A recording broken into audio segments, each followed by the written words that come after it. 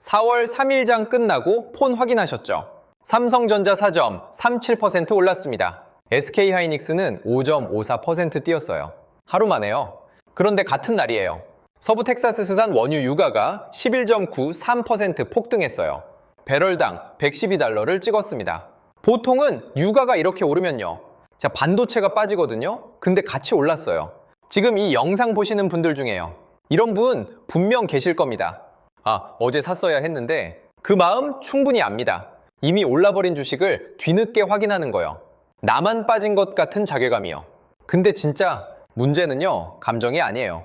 지금 여러분이 궁금한 건요, 딱 세 가지일 겁니다. 첫째, 지금이라도 사도 되나요? 둘째, 유가가 12%나 뛰었는데 반도체가 왜 올라요? 셋째, 이 상승이 언제까지 이어지나요? 순서대로 다 풀어드릴게요. 첫 번째 질문부터 갈게요. 지금 사도 되냐? 이걸 판단하려면요, 오늘 무슨 일이 있었는지부터 봐야 해요. 4월 3일 코스피가 2.74% 올랐습니다. 종가 5,377포인트예요. 근데 삼성전자는요, 4.37% 올랐어요. 종가 18만 6,200원, 코스피보다 1.6%포인트 더 올라간 거예요. SK하이닉스는요, 5.54% 올랐어요. 종가 87만 6천원, 코스피보다 거의 3%포인트나 더 뛴 거예요. 이게 뭘 뜻하냐? 시장 전체가 오른 게 아니에요. 반도체가 시장을 끌고 올라간 겁니다. 그러면 누가 샀냐? 여기가 진짜 중요해요. 외국인이 삼성전자와 하이닉스를 동반 순매수했어요. 코스피 전체 상승폭을 훌쩍 넘는 종목만 골라서요. 이건 단순히 지수 따라 산 게 아니에요. 전략적으로 골라 담은 겁니다. 근데 여기서 무섭게 중요한 게 있어요. 개인 투자자 검색 트렌드요, 오히려 하락 중이에요. 삼성전자 검색량이 전주 대비 53% 빠졌어요. 하이닉스도 56% 빠졌고요. 이 숫자가 왜 충격적이냐? 한번 비교해 볼게요. 주가는 하루 만에 5% 뛰었는데요. 검색은 절반 넘게 줄었어요. 아직 개인은 이 랠리를 모르는 거예요. 외국인이 먼저 샀고요. 개인은 아직 따라붙지도 않은 상태. 그래서 놓쳤다는 감정이 드는 거예요. 외국인만 파티하고 있으니까요. 그러면 지금 사도 되느냐? 이건 두 번째, 세 번째 질문까지 다 들으셔야 해요.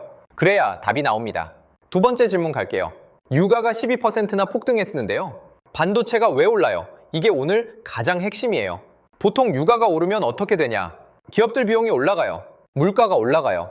금리 인상 압력이 생겨요. 소비가 줄어요. 결국 반도체 수요가 꺾이는 거예요. 근데 이번엔 달라요. 왜 다르냐? 유가가 왜 올랐는지를 봐야 해요. 4월 3일 서부 텍사스산 원유가 11.93% 폭등한 이유요? 트럼프 행정부의 이란 관련 강경 발언 때문이에요.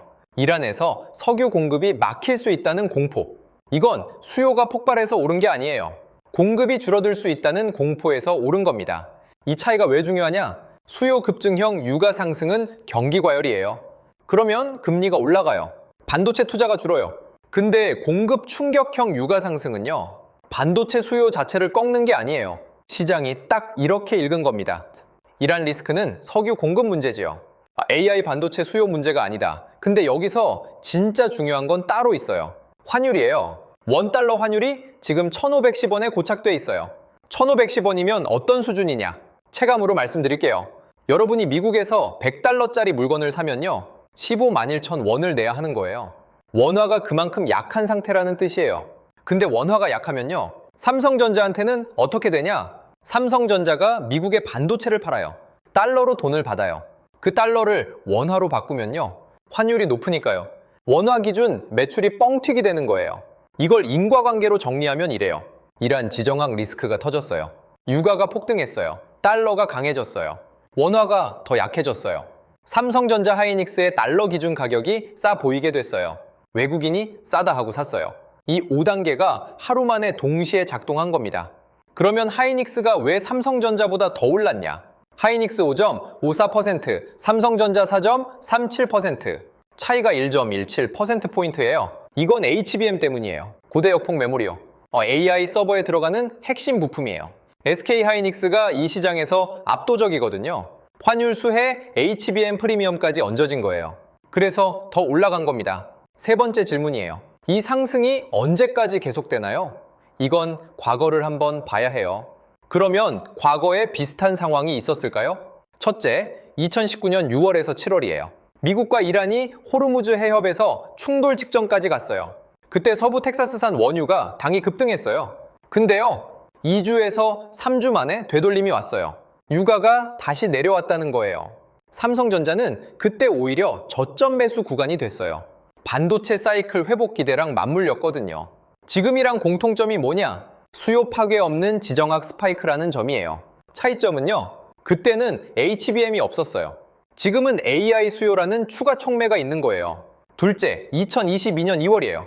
러시아가 우크라이나를 침공했어요. 초기에 코스피가 급락했다가요. 삼성전자 하이닉스는 한 달 만에 일부 회복했어요. 근데 문제가 생겼어요. 유가 상승이 안 끝난 거예요. 에너지 위기가 구조화됐어요. 그게 결국 글로벌 긴축을 가속시켰어요. 반도체 수요가 꺾였어요. 이번이랑 결정적 차이가 뭐냐? 러시아 우크라이나는 수개월간 이어진 구조적 충격이었어요. 이란 리스크가 단기 스파이크로 끝나면요, 2019년 시나리오예요. 확전으로 이어지면요, 2022년 시나리오예요. 이 분기점이 핵심이에요. 셋째, 2018년 10월이에요. 서부 텍사스산 원유가 $80를 돌파했어요. 삼성전자가 같이 올랐을까요? 아니요, 오히려 빠졌어요. 왜냐? 그때는 메모리 사이클 자체가 꺾인 상태였거든요. 수요가 이미 죽어 있었어요. 지금은요, AI 수요 사이클이 한창 진행 중이에요. 유가 급등만으로 반도체가 무조건 꺾인다. 그 공식은 안 통해요. 2018년이 그 발레를 보여주는 거예요. 지금 삼성전자 들고 계신 분들한테 직접 얘기할게요. SK하이닉스 주주분들도 같이 들으세요. 체크할 첫 번째 기준이 있어요. 외국인 순매수가 4월 둘째 주에도 이어지느냐? 이게 제일 중요해요. 4월 3일 하루 외국인이 샀어요. 근데 이게 하루짜리 이벤트인지요? 추세 전환인지는 아직 몰라요. 다음 주에도 외국인이 계속 사면요? 그건 추세예요. 하루 사고 다음날 팔면요? 그건 노이즈예요. 그러면 버텨야 하는 조건을 말씀드릴게요. 첫째, 서부 텍사스산 원유가 이번 주 안에 되돌림에 진입해야 해요. 지정학 스파이크가 마무리된다는 뜻이죠. 자, 둘째, 원달러 환율이 1,510원대를 유지해야 해요.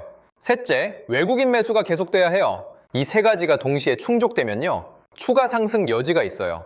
반대로 팔거나 비중을 줄여야 하는 조건도 있어요.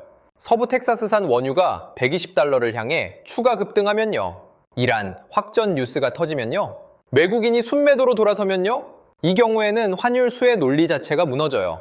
글로벌 수요 둔화 공포가요, HBM 프리미엄까지 지워버려요. 그리고 하나 더 짚을 게 있어요.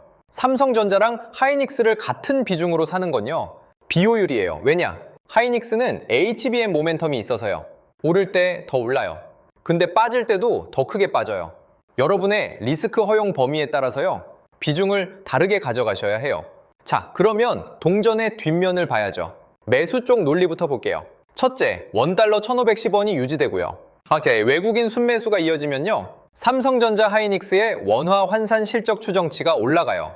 둘째, 증권사들이 목표가를 상향할 수 있어요. 목표가가 올라가면 기관이 또 사요. 기관이 사면 주가가 또 올라요. 선순환이 시작되는 거예요. 셋째, 이란 리스크가 단기 스파이크로 끝이 나면요, 유가가 되돌림에 들어가면요, 반도체 입장에서는 최고의 시나리오예요. 지정학 공포는 사라지고요, 원화 약세 수혜만 남는 거니까요. 그러면 매도 쪽 논리는 뭐냐? 첫째, 서부 텍사스산 원유가 계속 올라가요. 중동 분쟁이 확전돼요. 그러면 글로벌 경기 둔화가 현실이 돼요. 기업들이 AI 서버 투자를 줄이고요, 데이터 센터 확장을 미뤄요. HBM 수요 전망이 내려가요. 하이닉스, 삼성전자 동반 매도 압력이 들어오는 거예요. 둘째, 환율도 양날의 검이에요. 지금 1,510원이 수출주한테 좋다고 했잖아요. 근데 이게 1,550원을 넘어가면요, 외국인 입장에서 생각해 보세요. 달러로 한국 주식을 샀는데요, 원화가 계속 약해지면요, 달러 환산 수익률이 떨어지는 거예요. 그러면 오히려 한국 주식을 팔고 나가요. 셋째, 환율 수혜에는 적정 레벨이 있다는 거예요. 1,510원은 딱 좋은 구간인데요, 1,550원을 넘기면 독이 돼요. 무조건 좋은 게 아니에요. 자, 그러면 결론만 짚을게요. 오늘 세 가지 질문을 드렸어요. 지금 사도 되냐? 왜 이런 일이 벌어졌냐? 언제까지 계속되냐? 이 세 질문에 답이 바뀌는 조건이 있어요. 5가지예요. 첫째, 4월 첫째 주 외국인 순매수가 이어지는지 확인하세요. 하루짜리 이벤트면 추격 매수는 위험해요. 이어지면 추세 전환일 수 있어요. 둘째, 서부 텍사스산 원유 방향을 보세요. 되돌림이 오면 반도체의 최적의 환경이에요. 추가 급등하면 시나리오가 완전히 바뀌어요. 셋째, 원달러 1,510원이 유지되는지 보세요. 여기서 크게 벗어나면요, 외국인 매수 논리가 흔들려요. 넷째, 증권사 목표가 업데이트가 나오는지 보세요. 급등 이후 목표가 상향이 따라오면요, 추가 매수 근거가 생기는 거예요. 다섯째, 이란 관련 뉴스예요. 긴장이 완화되면요, 유가 되돌림에 반도체 추가 상승이에요. 확전되면 전부 역방향이에요. 이 5가지 중에서요. 3개 이상이 긍정적이면 추가 상승 가능성이 높아지고요. 3개 이상이 부정적이면요, 지금 급등은 하루짜리 스파이크로 끝날 수 있어요. 추격 매수보다 관찰이 먼저예요. 외국인 수급이 이어지는지요, 유가가 되돌림인지 확인하기 전까지는요. 여러분은 지금 이 5가지 중에요, 어떤 게 가장 걱정되세요? 댓글로 남겨주시면요,